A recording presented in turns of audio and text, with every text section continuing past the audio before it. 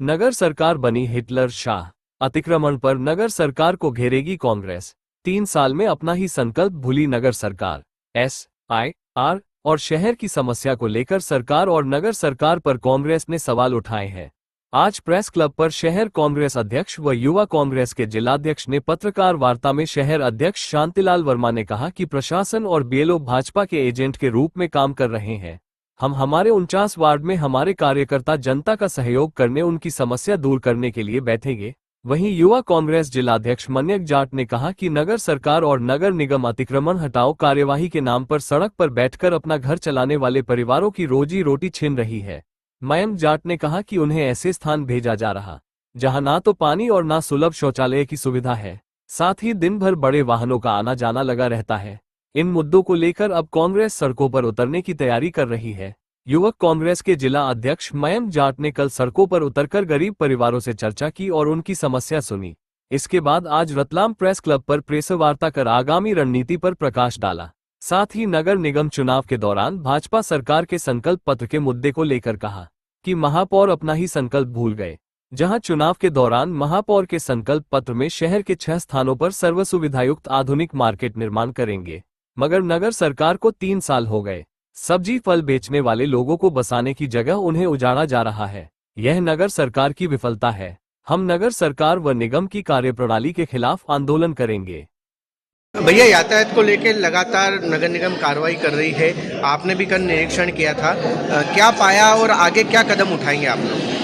जैसे कि यातायात को लेकर हम भी सब चाह रहे हैं कि यातायात सुगमता, लोगों को ट्रैफिक जो जाम की व्यवस्था जो रतलाम शहर के अंदर चल रही है वो नहीं होना चाहिए। और जो जितने अस्थायी अतिक्रमण जो हटाए जा रहे हैं उसके लिए भी हम मान रहे हैं कि ये ठीक है, वो लोग अपनी स्वेच्छा से हटा भी रहे हैं और हटाना चाहिए। लेकिन मेरा कहना है कि जिस प्रकार से जो 2022 के अंदर जब महापौर का चुनाव हुआ था तब भाजपा की सरकार ने ये कहा था कि जो ये फुटकर व्यापारी हैं, सब्जी विक्रेता हैं, जितने भी ये जो गरीब लोग हैं, उनके लिए हम 6 स्थान चिन्हित करके वहाँ पर सुव्यवस्थित और आधुनिक पक्के मार्केट का निर्माण करेंगे।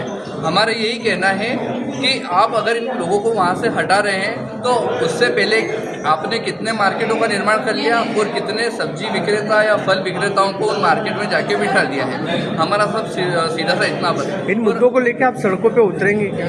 सड़कों पर उतरेंगे, इसलिए सबसे पहले हमने मीडिया से उस चीज़ का अवगत कराया कि कम से कम आप जिला प्रशासन में जाके जो अमृत सागर पहाड़ पे आज की तारीख में आप देखेंगे वहाँ पे जो महिलाएं बैठी हुई है, आज उनके पास में वहाँ पर टॉयलेट की व्यवस्था नहीं है, उनके पास में पानी पीने की व्यवस्था नहीं है। कल वहाँ पे सांप आ गया है और ऐसी परिस्थिति में आप उनको प्रतिकूल परिस्थिति में बिठा रहे हैं। वो महिलाएं, कोई महिलाएं आ रही है, शिवगढ़ की महिलाएं थी, ताजपुरिया की महिलाएं थी, अपनी हरदली की महिलाएं थी। अब आप मुझे बात बताइए, उन्होंने मुझे एक बात बताई है वहाँ पे कि हम पहले बैठते थे साहब, हमारे पीछे एक दुकान लगी रहती थी, है ना, हम उस दुकान के सट के बैठते थे।